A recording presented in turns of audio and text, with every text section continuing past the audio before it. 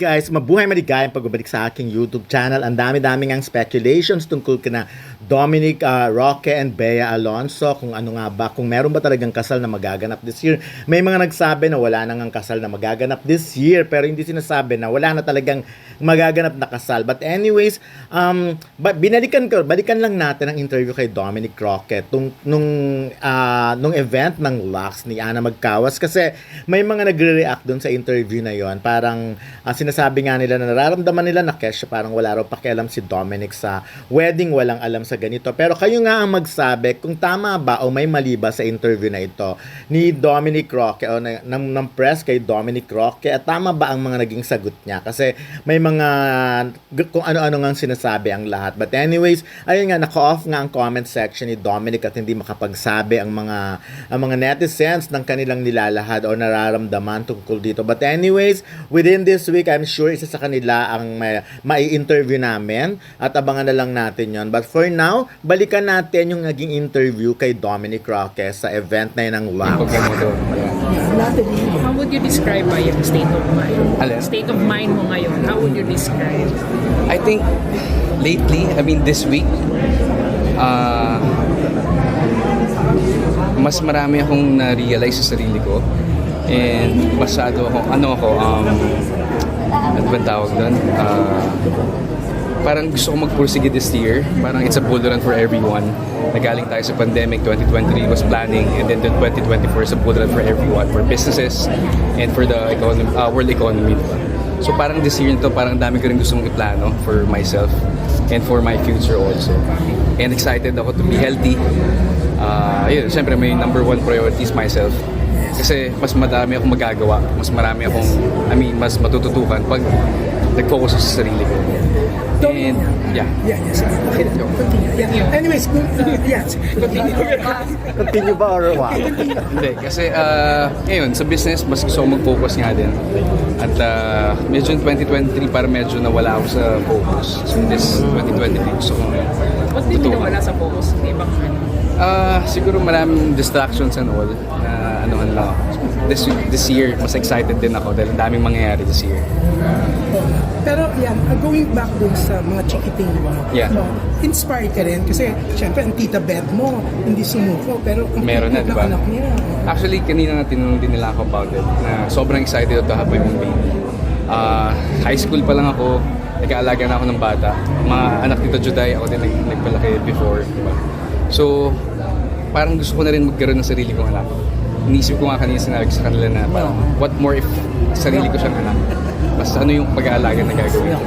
And I'm excited to have my family also. So nakikita mo na very fit ka to be a dad. Kasi Yeah, oo. Inisip ko na nga kung anong mga gagawin ko. Gagawin ko mga videos with her, and alam mo, with the family and all.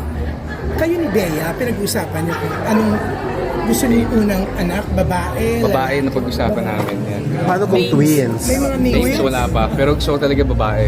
First na anak. Okay, why babae? Kasi Wala, parang gusto ko ng malambing kasi mas malambing kasi usually yung babae sa dad eh. Diba? So ako mas gusto ko na ganun. Actually any naman. As long as it's healthy, you know, may labas. Pero syempre mas pipiliin gusto ko babae. Twins daw. Twins, why not? Diba? madali na. Oo. Isang girl, Isang girl, isang boy, tapos ayun, okay yun. Within the year yun yung plan. Ano, siguro after the wedding, we're gonna... May plans kahit honeymoon. Wala. Kasi ako kasi birthday siya. Yeah. Christian kami, we attend sa mga church na Christian. Pero nakaupo na kayo ngayon talaga para pag-usapan lahat ng mga detalye. This January talaga dapat lahat.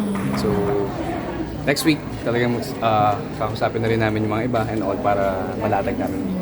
Most probably marami kong mga entourage na artistang friends. Yung mga best friends ko in showbiz, usually naman sila Marco, sila Patrick, si Khalil, diba? Sila yung mga talagang nakasama ko ng simula nung pumasok din ako ng showbiz. So excited ako na makasama rin sila.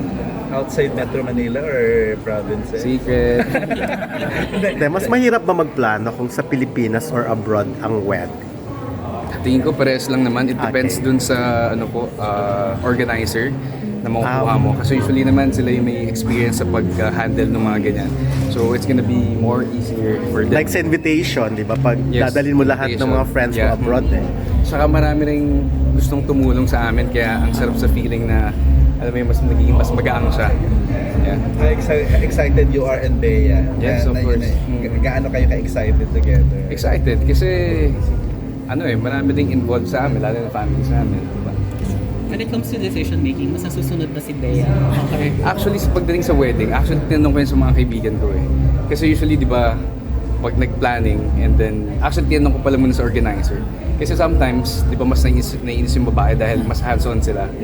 And tinatanong din naman kami kung ano yung mga kailangan namin gawin. Pero, tinanong ko, mas hands-on ba yung mga babae sa mga lalaki? Then tinanong ko rin yung mga kaibigan kong mga kinasal na. Mas hands-on talaga yung mga babae. Ako naman, basta may alak, okay na rin ako doon. Kamusta po yung naging relationship dynamic ni Bea habang nagpaplano? Yung relationship dynamic niya Habang nagpaplano, marami bang Minsan- pagtatalo or Hindi, minsan mainis nga siya sa akin kasi parang feeling niya mas hindi ako hands-on dun sa okay. Pero yun nga, tinanong ko sa mga kaibigan kong lalaki, ganun din naman sila eh. So, it's just the same. Normal. Yeah, it's normal. Siyempre, it's more of her dream wedding na, di ba yung babae kasi may parang fairy tale wedding silang naiisip habang lumalaki sila. So, yun, meron din siyang ganun.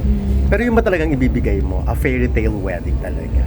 For her, it's her dream eh. So, why not do it together? So, it's gonna be Ikaw, anong exciting. dream? Ako dream Ikaw wedding sana, ko. oo Saka nga, ako anong kinasal lang ako, I'm good. You know? Oo. Hindi man ako nag-iisip ng talagang bonggang kung ano man. Diba? What's something special about Bea? Kayo, mas nakikilala mo na siya, mas together kayo. In 4 years naman na magkasama kami, siyempre marami ka pa rin naman na lalaman, mas marami ka pa rin ang tawag dito, mas natututunan sa ugali niya, sa ugali, together, pag nagkakasama na kami, lalo na pag nagpapakasyon, mas marami kayo na lalaman sa isa't isa. So, andun pa rin naman marami ka pa rin na lalaman. I think it's a never-ending, yeah. Pero Anong Doc, lasting- after ba ng wedding, may mga mababago ba? Like, kailangan ba ni Bea mag-focus na talaga sa family, magkaroon agad ng anak, ganun ba agad ang mga... Actually, yun naman talaga din yung napag-usapan namin before, di ba? Parehas naman na kami nasa tamang edad to have a family or to have a baby. And ako talaga sobrang mahilig talaga ako sa bata. Yun nga eh. So, Growing up, inalagaan ko yung mga anak nito Juday. I've been there with them. So, yung mga pamangkin ko, lalo na yung mga pamangkin na rin akong yung dalawang pamangkin ko na lalaki at babae. And naisip ko na gusto ko rin ng sarili ko. Alam mo yun, parang inisip ko na, what if magkaroon din ako? Paano ko paalagaan yun kung sarili kong anak? So we're excited to have that also. And siyempre, gusto rin naman niya rin magkaroon ng baby. And siyempre, ayun ang dapat namin maging priority also after the wedding. Don, So, kung pahinga ano lang mo. yung may share mo, nasang Yeah. proseso na kayo sa... Nasagot ko na po kanina, sayang late. Kaya ang hirap na mga biglang sasalang eh. Pinapaulit Natanong na ba? Pero yun talaga yung Yes, so, dapat ganun. Dapat magsubok na, di ba? Kailangan maganda din. Sir, strong independent woman po si Bea. Ano po yung secret para maging strong pa rin yung relationship?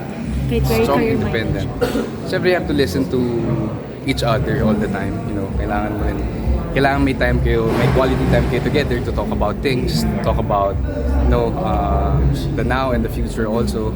So, ayun. Ay, okay. Thank you guys. Thank you. Picture lang natin. Kay Isidom, hindi na sinagot eh. Kung sagutin mo naman, kay Bea kawawa naman. Kuhain mo na lang dito. Picture naman. Thank you guys. Thank you so much. God bless. Kita rin po. Thank you. Thank you. Thank you po.